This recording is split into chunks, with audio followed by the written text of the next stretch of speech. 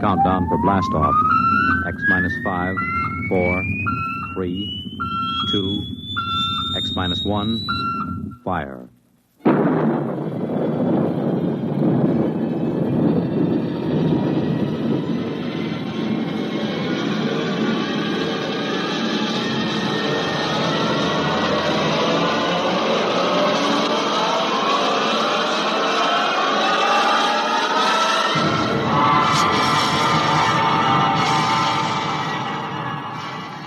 From the far horizons of the unknown come tales of new dimensions in time and space.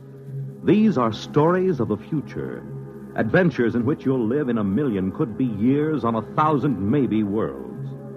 The National Broadcasting Company, in cooperation with Galaxy Science Fiction Magazine, presents X minus 1.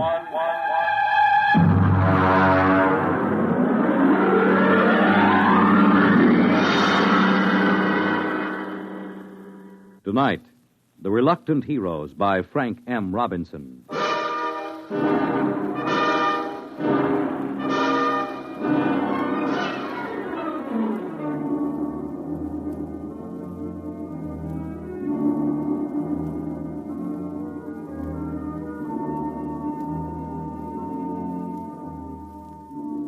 Only Chapman was awake. The others sprawled on bunks 20 inches wide with clearance of 24 inches between layers. They breathed heavily, taking in air that had been breathed for 18 months, subject to certain modifications to remove carbon dioxide and replenish oxygen by the catalytic action of the Harcourt King unit on silicon dioxide. Outside the single quartzite port, the lunar dawn was breaking. The dead black shadows moved across the crater as the green haze of Earthlight gave way to the blinding white of the sun. The telegraph key, which linked the research bunker to the space station in orbit around Earth, chattered as Chapman copied the message into the log pad. Yeah.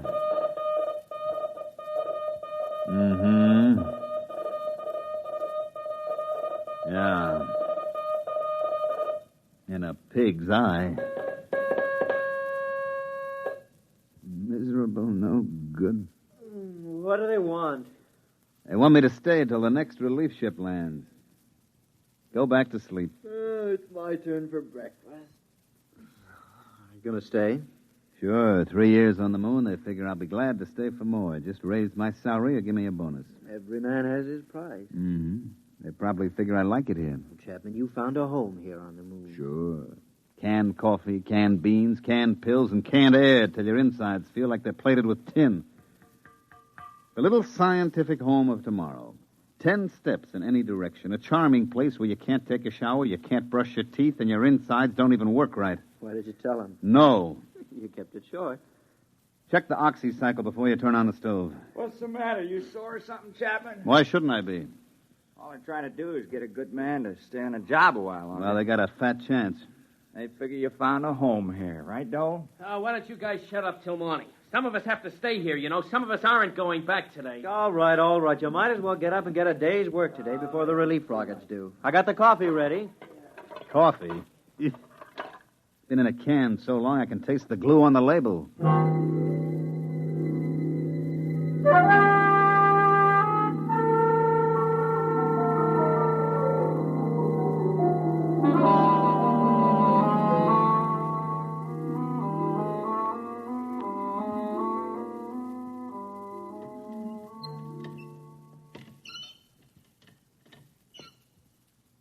Oh, why don't they send up an oil can? These elbow joints make me feel like the Tin Woodman in The Wizard of Oz. You can't lubricate vacuum seal joinings. Let it squeak. At least it doesn't leak air. Get that back, that Doug, for me, will you, Donnelly? Lean over, you fat slob. You put on 3 more pounds, you won't get off the moon. You won't get through the airlock. Yeah. Hey, chap, do you think we ought to radio the space station and see if they've left there yet? I talked to them on the last call. The relief ship left 12 hours ago. They should get here in about 6.5 hours. Chap, you know what I'm thinking? You've been here twice as long as the rest of us. What's the first thing you're going to do once you get back? I don't know. I guess I was trying not to think about that. I haven't been here 3 years like you have, but I've got plans. What are you going to do? Well, I'm going to rent a room in a Hotel Astor over Times Square and just sit at the window and watch the people on the street. And I think I'll see somebody. What somebody? Oh, just somebody. What are you going to do, Donnelly? Well, I'm going to do something practical. First of all, I'm going to turn over my geological samples to the government. Then I'm going to sell my life story to the movies. And I think I'll get drunk. How about you, Julius? Well, first, I'll get rid of my allocations to the expedition. And then I think I'll go home and see my wife. Then I'll take off my spacesuit. I thought all members of the groups were supposed to be single. They are, and I can see the reasons for it, but who could pass up the money the commission was paying? If I had to do it all over again, me. Hand me a fishbowl. You know, chap, it won't seem like the same old moon without you on it. Like they say in the Army, you never had it so good. You found a home here. All right, button up. And remember to check your suits for leaks and check the valves of your oxygen tanks. I've gone out at least 500 times. You've checked me every time. And I check you 500 more. It only takes one mistake. And watch out for blisters under the pumice crust. You go through one of those, and that's it, brother. Okay, I'll check. Klein, I never knew you were married. There wasn't much sense in talking about it. You just get to thinking, and there's nothing you can do about it. If you talk about it, it just makes it worse. She let you go without any fuss, No, she didn't make any fuss. I don't think she'd like to see me go either. At least I hope she didn't. You got a girl back home? Yes. No, you never mentioned that either. For the same reason you didn't mention your wife. You get to thinking about it. You got to get married when you get back? Yeah. Hurry up, will you, Klein? I'm sweating. Somebody ought to build in underarm sprays and spacesuits. Chap, why does somebody have to stay here for stopover? Lots of reasons. You can't get a whole relief crew and let them take over cold. They have to know where things are, how things work, what to watch out for. Then, because you've been here for a year and a half and you know the ropes, you have to watch them to see that they stay alive in spite of themselves. Why was it you on the first trip? You're not a scientist. No, I was the pilot on the first ship. When it occurred to us that someone was going to have to stay over, I volunteered.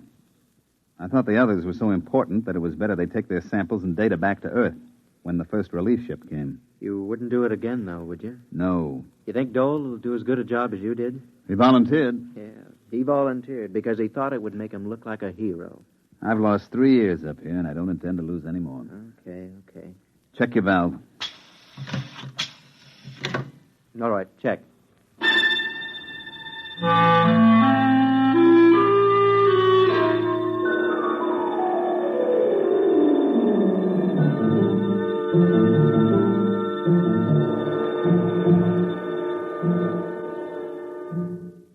I checked Geiger, CR, oxy, and scintilla readings. Everything okay. You packing, chap? Yeah. Oh, listen, Dole, I've got 3 or 4 shirts here that are a little too big. I got them from Dreisbach in the first group. You want them? Chap, do you think they'll ever have relief ships up here more often than 18 months? I mean, considering the advance No, I don't. Not for 10 years. Fuel's too expensive and the trip's too hazardous. Why, on freight charges alone, you're worth your weight in platinum when they send you up here. Won't be so bad. There'll be new men up here. You'll pass a lot of time just getting to know them. Yeah. Listen, chap, I'm engaged back home, you know. Nice girl. You'd like her if you knew her. But here, let me show you. This is a picture of Alice taken at a picnic when we were together. Mm-hmm. See, it's a kind of bad angle because she's really got a better figure than that. But, well, we expected to get married when I got back. I never told her about stopover. She thinks I'll be home tomorrow. I kept thinking that somehow You want to trade places with me, don't you? You thought I might stay for stopover again in your place. Well, chap, I know you want to go home, but I couldn't ask any of the others. You're the only one who was qualified. Look, you know my father's pretty well fixed. Chap, we could make it worth your while. It would mean 18 more months, but they'd be well-paid months. Forget it, Dole. You're staying and I'm going home.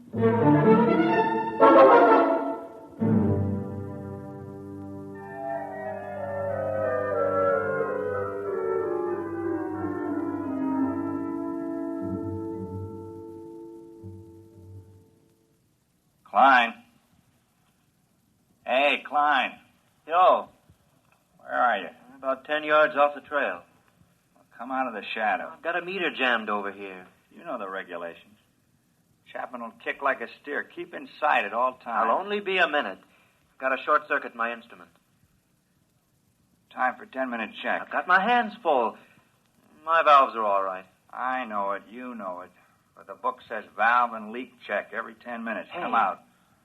What? You see a flash? Where? Past Camel's Hump. There. What is that, Northern Lights? No.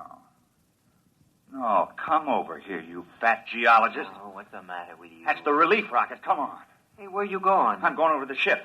Breathe some air that's a little less used. You think we ought to? Chapman said to stay. Forget Chapman. We're going home. I want to see that beautiful ship. Come on. How about the 10-minute check? Just a formality. Forget it. This is Christmas and 4th of July rolled into one. Okay, let's go. I can just taste some clean, fresh air. We gotta see it when we top the hump. Well, maybe we better check. Wait a minute. I'll swing my gauge up.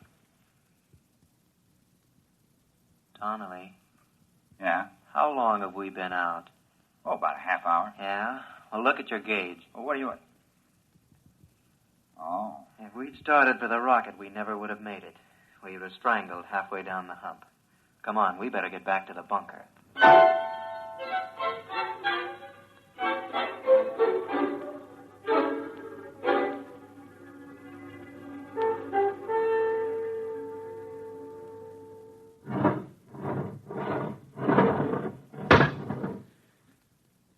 Check the lock seal.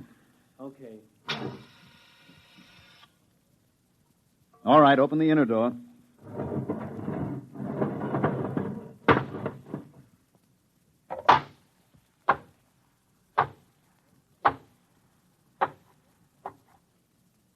Close the lock.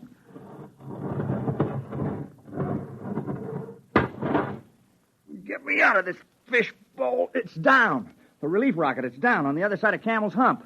Oh, what a beautiful-looking ship. What a beautiful ship. They must be on their way over here now. Chap, they're on their way. We're going home today. Get your RA unit out of that suit and into the dryer. All right. Okay. What's eating you, Dole? Listen, just because the relief rocket lands, it doesn't mean your RA unit is going to dry up by itself. That goes for you, too, Donnelly. Okay. Hey, Chapman, Yeah? he's taking it pretty hard. He volunteered. Yeah, he volunteered. What a beautiful, beautiful ship.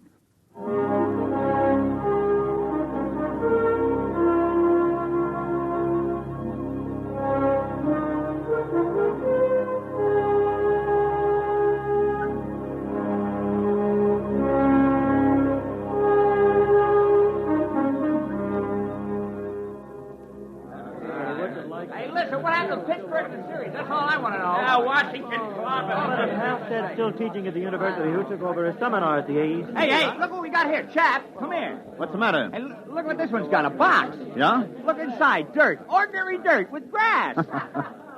Grass. Hey, fellas, it feels like grass. That's right, it's real grass. Yeah, and real valuable. Do you realize at current freight rates up here, it's worth about $10 a blade? Oh, shut up, Dole. Hey, Bud, you mind if I chew a blade? Mr. Chapman. Yes? Oh, Mr. Chapman. My name's Eberline, captain of the relief ship. I understand you're in charge here. Yeah, you might say so. They didn't have a captain on the first ship, just a pilot and crew. Dole, turn up the oxycycle in the Harcourt unit. Well, things have advanced somewhat, huh? Look, Mr. Chapman, is there any place where we can talk together privately? Well, come around the corner of my locker. It's about as private as we can get. Oh, good. What's on your mind? I've always wanted to meet the man who spent more time here than anybody else. You mind if I smoke? You better ask Dole. He's in charge now. Oh. You know, we have big plans for the research station here. Oh? I haven't heard of any. Oh, yes, big plans, big plans. They're working on unmanned open-side rockets now that can carry cargo. Sheet steel for more bunkers like this. Mm-hmm. Enable us to enlarge the unit. Have a series of bunkers all linked together. Make good laboratories and good living quarters for you people. Have a little privacy for a change. Well, they could use a little privacy up here. Oh, they could. Well, that's one of the reasons I wanted to talk to you, Chapman. The commission talked it over, and they'd like to see you stay. They feel if they're going to enlarge it, add more bunkers, and have more men up here, that a man of practical experience should be running things. They figure you're the only man who's capable and has had that experience. Is that all? Well, naturally, you'd be paid well. I don't imagine any man would like being here all the time. They're prepared to double your salary, maybe even a bonus in addition. They want you to have full charge. You'd be director of lunar laboratories. Oh, a title, too. Well, the commission said they'd be willing to consider anything else you had in mind. If it's more money... The answer is no. I'm not interested in more money for staying because I'm not interested in staying. Money can't buy it, Captain. Look, I'm sorry. I'm afraid you'd have to stay up here to appreciate that. I'm afraid you don't understand the importance Captain, of this. Come over here to the port. Yes? Now look out there about 100 yards. You mean where that mound of stones? That's right. We made that cross out of condensed milk cans slid over iron bars. When you get out there, you can still see the footprints in the pumice where we gathered around. It's more than 18 months ago, but there's been no wind to wear those tracks away. They'll be there forever. Oh, I see. Well, who was it? Dreisbach? Or Dixon? Dixon. We never got Dreisbach out of the crevasse in Tycho. What happened? You want to know? I can give it to you in detail. Sit down and listen. Well, what do you mean? Just wait a minute and I'll show you. Well, why? What is it? Regulations. When someone goes out alone, we have to monitor his radio, tape recorded. We had the recorder open when Dixon went out. I want you to hear it. Well, all right. I've got the tape right here. It's taken me a minute to thread it up. Look, Chapman, you don't have to... Listen. I want you to listen.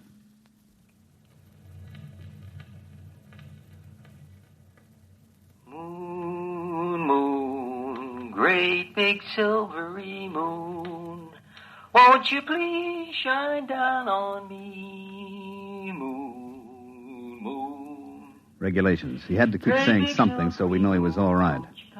Most of the guys just sing. Gentlemen, I'm getting a lovely sonar reading. Hey, if anybody wants to set up a tombstone concession on the moon, this is the spot. Lovely marble, granite, and rock suitable for lobbies here. It's that old devil moon that... He should have been making a 10-minute check on his oxygen level.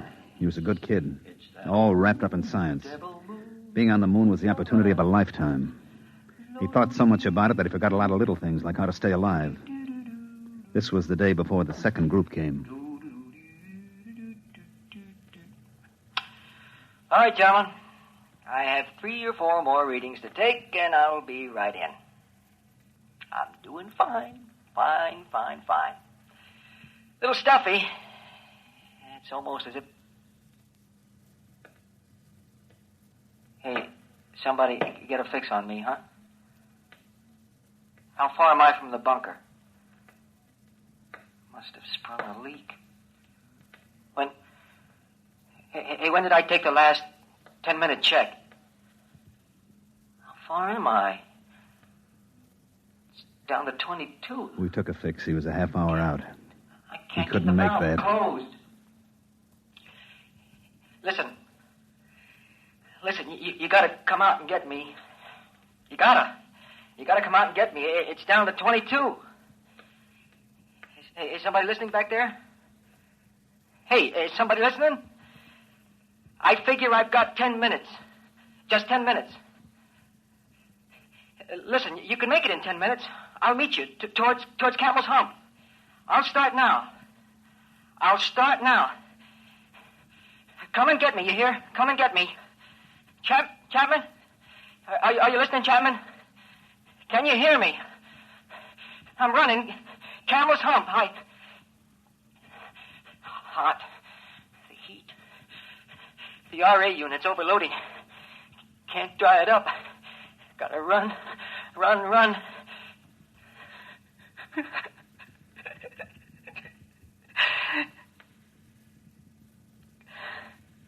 No use. I can't run. The unit heats up. Gauge is down to 15. I can't make it. I'm going to sit down now. You'll find me at number 7 radiation meter, about 10 yards off the trail. I'm going to sit down. Sit down next to a rock.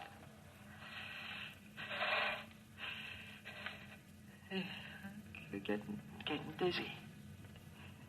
Hey, remember we used to argue? Do you strangle from no oxy or pass out from CO2? Keep tuned to this channel, boys. You'll find out. It's that old devil moon that you... Oh, boy, the Earth's going around and around and around. Chap, you can't get me, can you? We didn't have a chance by even 15 minutes. We didn't even go out. There wasn't any sense to it. Did you record after that?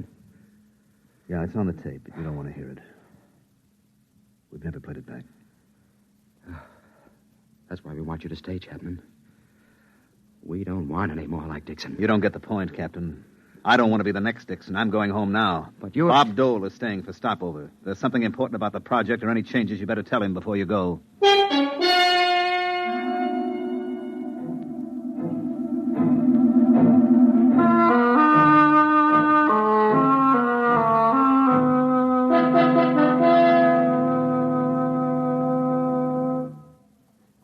All right, mail call.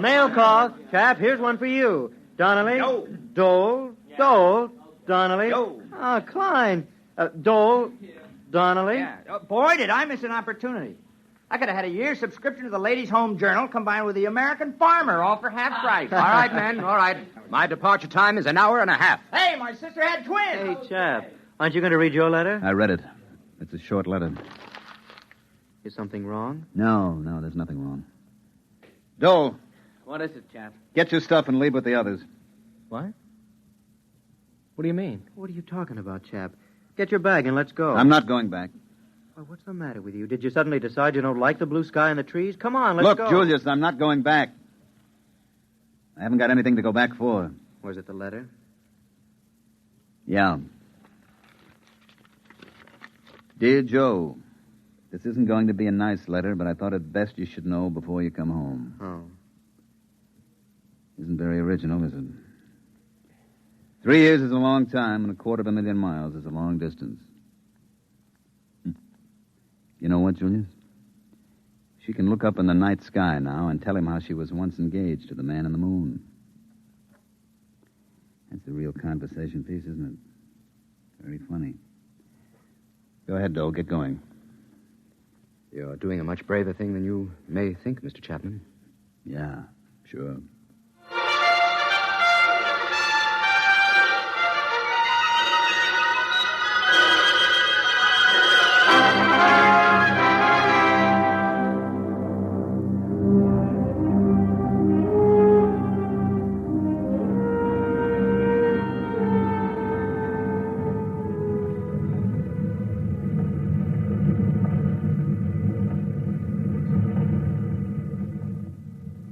You like the looks of the moon going away from it, Mr. Dole? It looks a lot better this way. I suppose you'll be glad to get home. I'd rather not talk about it.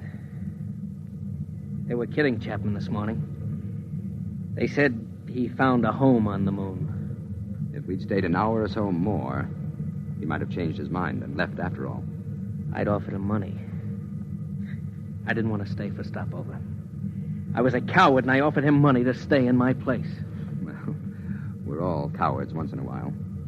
But your offer of money had nothing to do with his staying. He stayed because he had to stay. Because we made him stay. I don't understand. Chapman had a lot to go home for. He was engaged to be married. I know. We got her to write him a letter breaking it off. We knew that it meant that he'd lost one of his main reasons for wanting to go back. I think perhaps he still would have left if we'd stayed and argued him into going. But we left before he could change his mind. That was a lousy thing to do. We had no choice. We didn't use it except as a last resort. I don't know if any girl would have written such a letter if she was really in love with a guy like Chapman. No matter what your reasons. There was only one girl who would have. Ginny Dixon. You see, Chapman's girl was Dixon's sister. She understood what we were trying to tell her. That the new shift had to be safe. That there had to be someone who had to take over and keep those boys alive. She understood that. Because her brother died up there. You mean he's the only one? I couldn't have done the job? Oh, look, Dole. Chapman knows how to live on the moon. He's like a trapper who spent all his time in the forest. He knows it like the palm of his hand. He never makes mistakes. He never fails to check things. And he isn't a scientist. He would never become so preoccupied with research that he'd fail to make checks, and he can watch out for those who do make mistakes. He understood that, too, all too well. It costs a lot of money to send ships up there and establish a colony. You have to have the best man for the job. You get them even if they don't want to do it. Personal lives and viewpoints are expendable. It's got to be that way. There's too much at stake. It's a cold place, the moon. You're an odd bunch of guys. You and the others in the groups. Few of you, Dole, come up for the glamour. I know. None of you really like it. And none of you are enthusiastic about it. You're all reluctant to come in the first place, for the most part. You're a bunch of pretty reluctant heroes. 18 months. He'll be up there 18 more months. Personally, I don't feel happy about that. I don't like having to mess up other people's lives. I hope I won't have to again. Maybe somehow, some way, this one can be patched up. We'll try to. 18 months. In the meantime, on behalf of the Commission and myself, I feel like a cheap, rotten heel.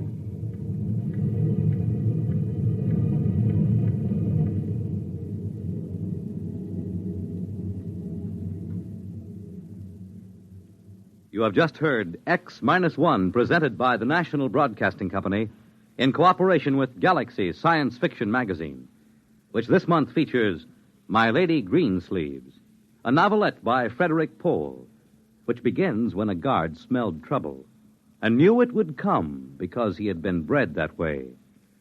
Galaxy Magazine, on your newsstand today. Tonight, by transcription, X-1 has brought to you The Reluctant Heroes, a story from the pages of Galaxy written by Frank M. Robinson and adapted for radio by Ernest Kenoy. Featured in the cast were Mandel Kramer as Chapman, Jim Drummond as Klein, Bob Hastings as Dahl, Dick Hamilton as Donnelly, Jim Stevens as Dixon, and Dick Janiver as Eberline. Your announcer, Fred Collins. X-1 was directed by Daniel Sutter and is an NBC Radio Network production.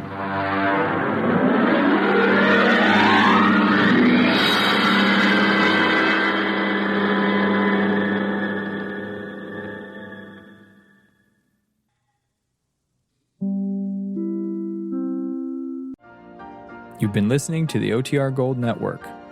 Find more classic radio at otrgold.com.